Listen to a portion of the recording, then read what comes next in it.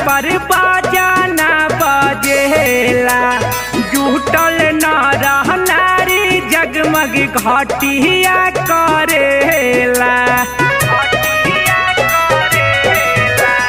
सहजल छठी घटिया पर बाजाना बजेला, जुटल नर नारी जगमग घटिया करेला।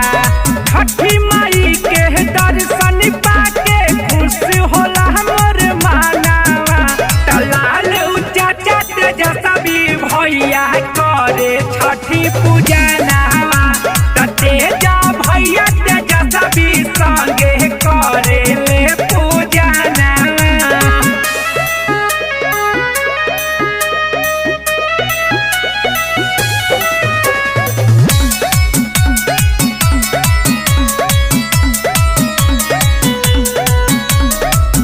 भरी दौरा में लेके फल फल हरिया, रबड़ी देवी राज श्री करेली बरतिया। भरी दौरा में लेके फल फल हरिया, रबड़ी देवी राज श्री करेली बरतिया।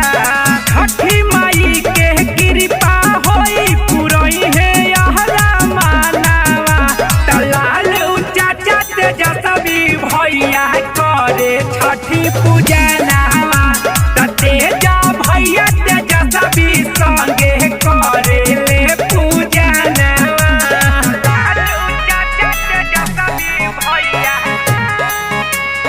करे छठी पूजनवा।